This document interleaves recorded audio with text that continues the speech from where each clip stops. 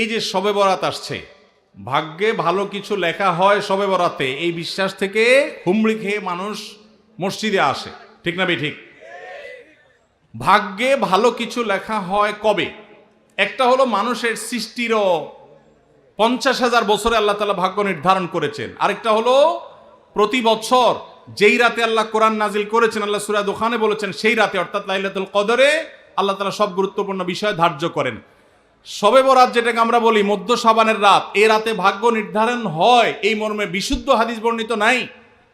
তারপরে আমরা জেনারেলি বলি ভাগ্যে যেন ভালো কিছু আল্লাহ লেখেন, আপনার নসিবে যেন ভালো কিছু আসে, আপনার রিজিকে যেন আল্লাহ বরকত দান করেন, এর জন্য বেশ কিছু আমল আমরা কোরআন হাদিসের আলোকে বলতে পারি, সাজেশন দিতে পারি। তবে তার আগে আমাদেরকে জানতে হবে যে ভাগ্য সুপ্রসন্ন হওয়া বা রিজিকে বরকত হওয়া বলতে কি বুঝায়। ভাই, রিজিকে বরকত হওয়া বলতে বুঝায় আপনি যা কামাই করবেন এর ভিতরে আল্লাহ তাআলা কল্যাণ দিবেন, যা কামাই করবেন এর ভিতরে বরকত হবে, প্রাচুর্য না, অনেক টাকা না, যা হবে এটাতে কি হবে? বরকত হবে। আমরা কি বরকত চাই না সম্পদ বেশি চাই? বরকত চাই। বরকত যদি চান এক নম্বর হলো ঈমান এবং তাকওয়া লাগবে। আল্লাহ বলেছেন ওয়ালাউ আন্না আহলাল কুরআন আমানু ওয়াত্তাকাউ লাফাতাহনা আলাইহিম বারাকাতিম মিনাস সামা। যদি কোনো জনপদের লোকেরা ঈমান আনে, আল্লাহর ভয় অন্তরে লালন করে, আল্লাহ বলেছেন আসমান থেকে বরকতের সব দুয়ার খুলে দেওয়া হবে। এজন্য ভাই, ঈমান যদি থাকে, তাকওয়া যদি থাকে, গুনাহমুক্ত জীবন গড়ার সংকল্প যদি থাকে, বরকত আসবে জীবনে। নাম্বার 2, ইস্তেগফার বেশি বেশি করলে আল্লাহ বলেছেন সূরা নূহের মধ্যে, যদি কেউ ইস্তেগফার করে, নূহ আলাইহিস সালাম তার জাতিকে বলেছেন ফাকুলতুস্তাগফিরু রাব্বাকুম ইন্নাহু কানা গাফফারা ইউরসিলিস সামাআ আলাইকুম মিদরারা ওয়া ইমদিদুকুম বিআমওয়ালিন ওয়া বানিন ওয়া ইয়াজআল লাকুম জান্নাতিন ওয়া ইয়াজআল লাকুম আনহারা। আল্লাহ নবী নূহ আলাইহিস সালাম বলেছেন আমি আমার জাতিকে বলেছি তোমরা আল্লাহর কাছে ইস্তেগফার করো, ক্ষমা প্রার্থনা করো। বেশি বেশি ইস্তেগফার করলে আল্লাহ তাআলা রিজিকের মধ্যে বারাকা দিবেন, অভাব দূর করবেন, সম্পদে এবং আল্লাহ তাআলা বরকত দান করবেন। তাহলে 2 নম্বর আমল হলো ইস্তেগফার করা, রিজিকে বরকত হবে ইনশাআল্লাহ। নাম্বার 3, শুকর আদায় করা। আল্লাহ বলেছেন লা ইন শাকারতুম লা আযীদান্নাকুম। আপনি কোনো কিছু পেয়েছেন আলহামদুলিল্লাহ বলেন, যা পাইছেন শুকর আদায় করেন, আল্লাহ নিয়ামত বাড়ায় দিবেন। নাম্বার 4, দান সাদাকা করা। আল্লাহ তাআলা বলেছেন ইয়ামহাকুল্লাহুর রিবা ওয়া ইউরবিস সাদাকাত। আল্লাহ সুদকে ধ্বংস করবেন, তবে সাদকা এবং দান এটাকে আল্লাহ তাআলা বাড়িয়ে দিবেন।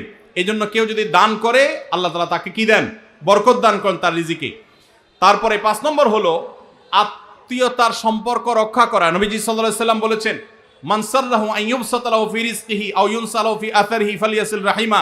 যে ব্যক্তি চায় তার আত্মীয়তার সম্পর্কে, যে ব্যক্তি চায় তার হায়াতে বরকত হোক, তার রিজিকে বরকত হোক, সে যেন আত্মীয়তার সম্পর্কের সাথে সম্পর্ক ভালো রাখে, আত্মীয়দের সাথে অর্থাৎ রক্ত সম্পর্কে আত্মীয়দের সাথে যেন সম্পর্ক কানেক্টেড রাখে, বিচ্ছিন্ন না করে, তাহলে তার রিজিকে এবং হায়াতে বরকত হবে। এবং সর্বশেষ আরেকটা আমল বলতে চাই, সেটা হলো খাবারের ক্ষেত্রে একত্রিত হয়ে বসে খাবার খাওয়া। এই সুন্নত আমাদের সমাজ থেকে বিদায় হয়ে গেছে, আমরা অনেকে জানি না। আবু দাউদের একটি হাদিস বর্ণিত হয়েছে, নবীজি সাল্লাল্লাহু আলাইহি সাল্লামের কাছে এক ব্যক্তি বললেন হে আল্লাহর রাসূল, আমরা খাই কিন্তু অনেক খাওয়ার পরেও পরিতৃপ্ত হই না, পেট ভরে না, খাবারের চাহিদা পরিপূর্ণ মিটে না, কারণটা কি? নবীজি সাল্লাল্লাহু আলাইহি সাল্লাম বলেছেন তোমরা সম্ভবত আলাদা আলাদা প্লেটে খাও, আলাদা আলাদা সিঙ্গেল খাও। তখন নবীজি সাল্লাল্লাহু আলাইহি সাল্লাম বলেছেন তোমরা সবাই একসাথে খানা খাবে, আল্লাহ তাআলা তোমাদের খাবারে বরকত দান করবেন। একসাথে খানা খাবে এবং বিসমিল্লাহ বলে খাবে, এই 2টা কাজ করলে আল্লাহ তাআলা তোমাদের খাবারে বরকত দান করবেন।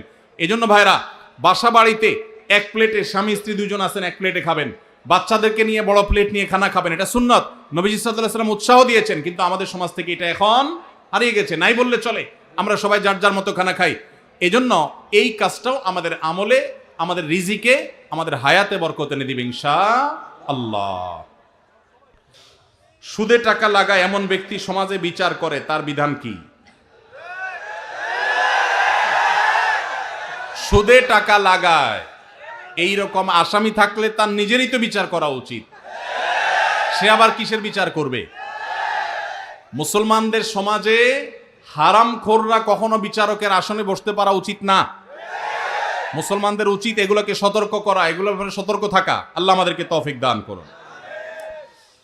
যে সমস্ত মানুষ হারামের সাথে খুল্লম খোলা সম্পর্ক, মুসলমানদের সমাজে কিভাবে তাদেরকে বিচারক হিসেবে ডাকেন? আর ভালো মানুষের কি অভাব পড়ছে এলাকায়? সুদখোর ছাড়া ভালো মানুষ কি নাই এলাকায়? তাহলে কেন সুদখোরকে দিয়ে বিচার করতে হবে? যে আল্লাহর ভয় যার মধ্যে নাই, সে কিভাবে ন্যায়সঙ্গতভাবে বিচার করবে? কিভাবে আশা করা যায়? আল্লাহ আমাদের ভাইদেরকে সবাইকে হেদায়েত দান করুন। যারা সুদের কারবারে জড়িয়ে আছেন, আল্লাহর ভয়ে হারাম থেকে সরে আসুন। আইডি কার্ড ও পাসপোর্ট বানানোর কাজ করা হালাল নাকি হারাম? আইডি কার্ড বা পাসপোর্টের কাজ, অর্থাৎ কারোর আইডি কার্ড পাসপোর্ট লাগবে, সেটার জন্য কাগজপত্র রেডি করলেন, অনলাইনে ফর্ম ফিল আপ করে দিলেন, এসব কাজ টাজ করে আপনি ফি নিলেন, এটা জায়েজ আছে।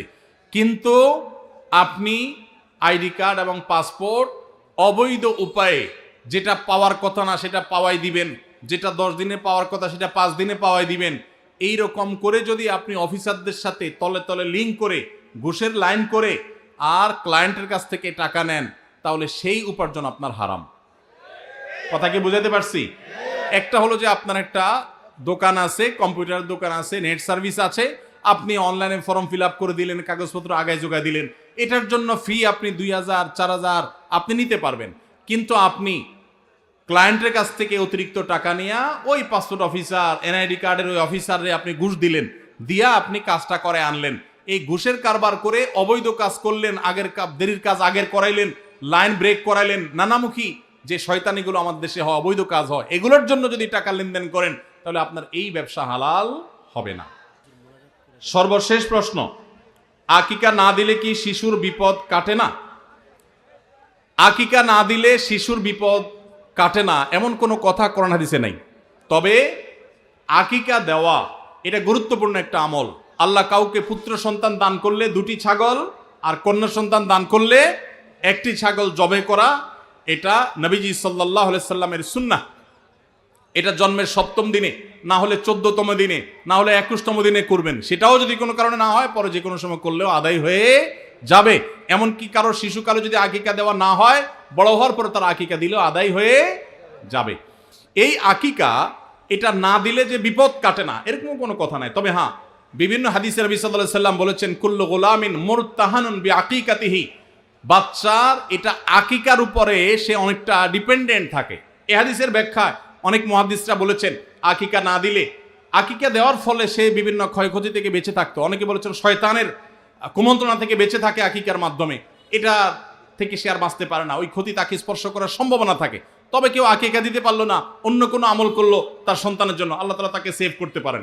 এমন কোনো কথা নাই যে আকিকা না দিলেই তার সন্তানের বিপদ কাটবে না। তবে আকিকা দেওয়া উচিত, এর মাধ্যমে সন্তান নানাভাবে উপকৃত হয়, নানাভাবে সেভ থাকে, নিরাপদে থাকে। আল্লাহ আমাদের যাদের সামর্থ্য দিচ্ছে তাদেরকে আমল করার তৌফিক দান করুন।